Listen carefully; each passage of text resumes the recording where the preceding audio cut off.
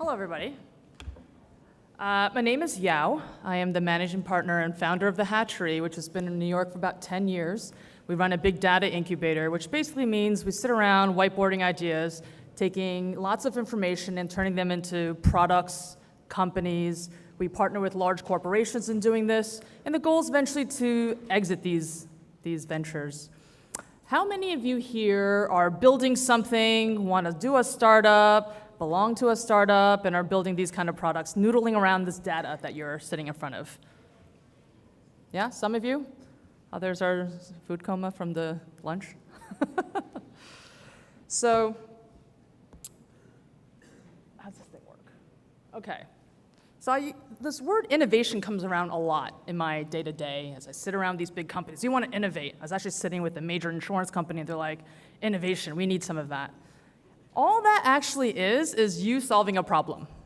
There's a business problem, you have a very clever way of approaching it, and frankly, in the age that we are now, in 2016, it stems around taking lots of information, applying some machine learning, because we don't have to use the mechanical Turk of people running through the data sets on their own anymore. There's a lot of systems out there that all these companies here are talking about that you can use to make your life easier, yeah? And so first, what you want to do is you want to find some sort of business problem that someone can share with you. Usually in all my years, the ones that you come up with in a bubble are not the ones the industry actually wants. And they tell you that by not giving you any money, all right? So instead of trying to, I want to go try something else. I spent the last 20 years doing finance, and now I want to figure out love, right? You're probably not going to be so good at it. So go with what you know. All right?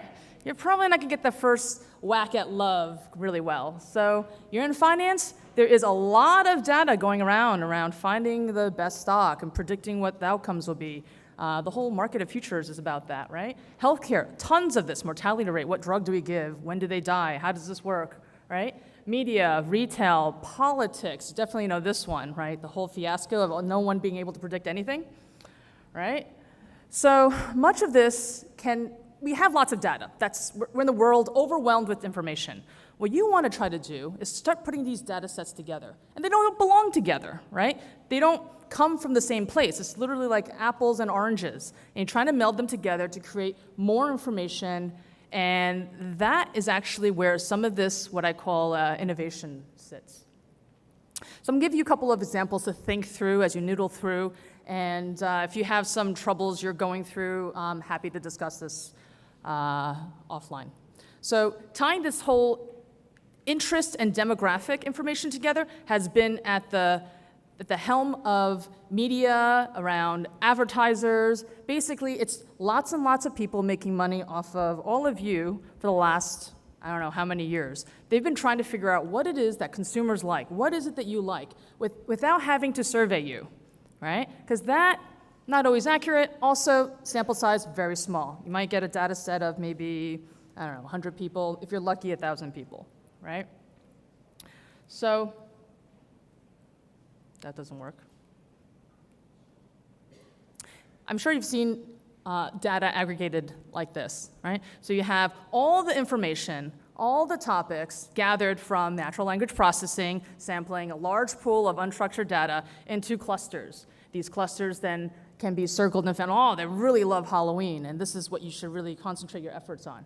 But that's actually useless to most marketers, and what they're really looking for are answers to their questions. And so what you get are data scientists trying to get this information through the minds of people who went to marketing and business school, and they're just not going to get it. So what you normally get is Tableau sitting over there doing wonderful work about visualizing this information into charts and graphs. But even then, useless, unless you can frame it around actual questions. And what's even more interesting is where things are moving with bots and the ability to specifically answer questions, even breaking away from the charts and the graphs. Social listening has been huge ever since Twitter and Facebook started releasing their data for people to analyze through their APIs. And we want to know what people are saying, who are they saying about, what are they saying, what is all this about, sentiment, topic interest. And so you end up with information that looks kind of like this. And to everyone else outside of this room, it looks like a mess and you can't do anything about this until you turn it into something like this.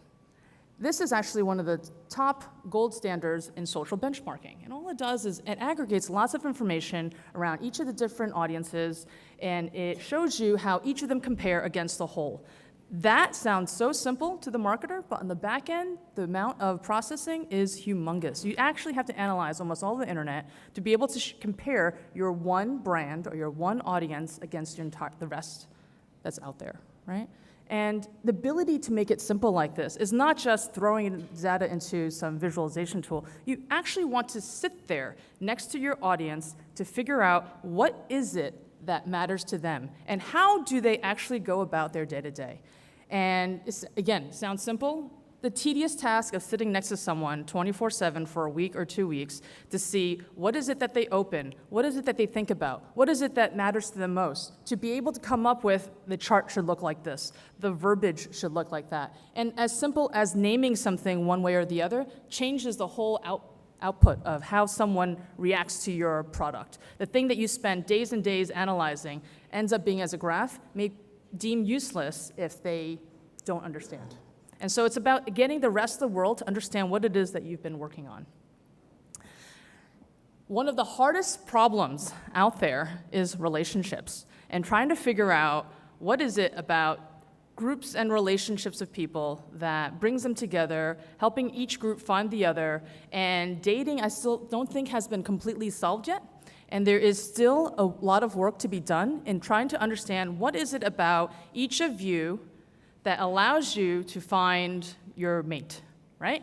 And initially it was based on demographic information. I'm looking for someone my age. I'm looking for someone who is male or female. And you can filter through all of this information through what is then brought out like a Match.com, right? They hoard all the information, you can filter it through, but in getting to that, you're going through relationships and how they are linked to each other and who are the network of friends of friends of friends, right? Just so that you can get laid. I mean, or sorry, find love, right? And so what used to be a filter mechanism of like looking for a needle in a haystack got built behind a product that essentially thought through the whole thing for you, right? Essentially, going through all the behaviors of I'm liking this, I'm not liking that. And I think what they should move towards, and some technologies have gone to, is actually image recognition. Can it move to understanding that this person is beautiful or this person is not beautiful, and looking for those that actually will have a better match, right?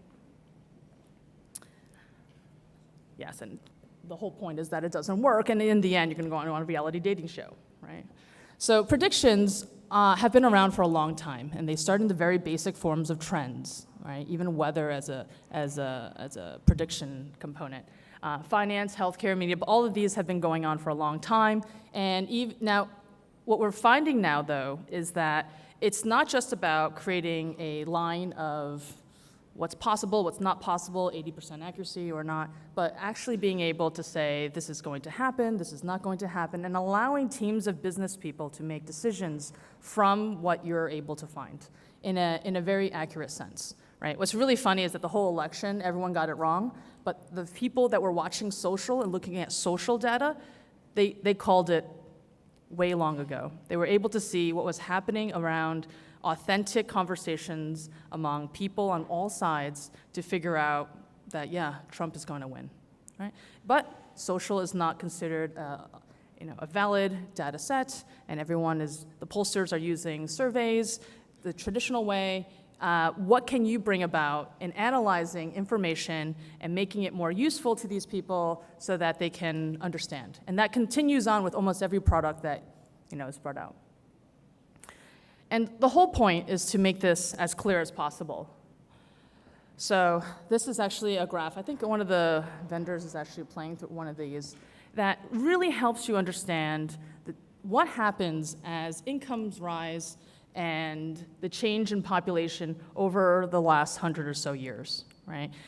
There's also a graph that's very similar to this that ties this to mortality rates. And so they're saying, well, making everyone rich doesn't really help. Making them more money doesn't really impact in any way.